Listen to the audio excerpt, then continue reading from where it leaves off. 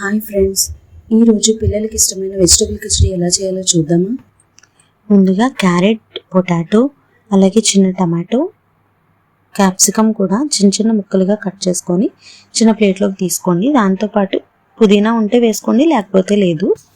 తర్వాత ఒక tea glass తీసుకొని దాంట్లో సగం పార్ట్ రైస్ నింపుకోవాలండి. తర్వాత మిగతా సగం వచ్చేసి ఎర్ర కందిపప్పు కానీ, కందిపప్పు కానీ, పెసరపప్పు కానీ ఏదైనా తీసుకోవచ్చు. తర్వాత వాటిని ఒక కుక్కర్లో వేసుకొని శుభ్రంగా 2-3 సార్లు కడగాలండి. తర్వాత దాంట్లో మనం కట్ చేసుకున్న వెజిటబుల్స్ వేయాలి.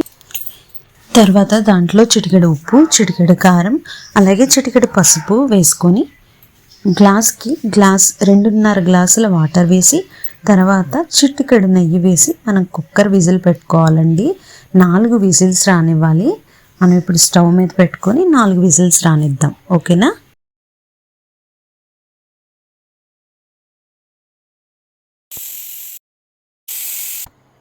4 విజిల్స్ వచ్చిన తర్వాత అప్పుడు ప్రెషర్ పోయాక మనం కుక్కర్ విజిల్ తీసేసి కుక్కర్ ఓపెన్ చేయాలండి.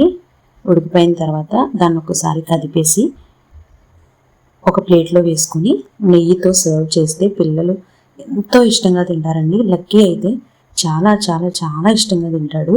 మీరు కూడా ఒకసారి మీ పిల్లలకి ట్రై చేయండి. ఇది 1 సంవత్సరం నుంచి 5 సంవత్సరాల వరకు ఏ పిల్లలకైనా పెట్టచ్చు. ఎందుకంటే దీంట్లో వెజిటబుల్స్ ఉన్నాయి, అంతగా ఆయిల్ లేదు, చక్కగా తినచ్చు, నెయ్యి వేయచ్చు, ఎంత హెల్దీ.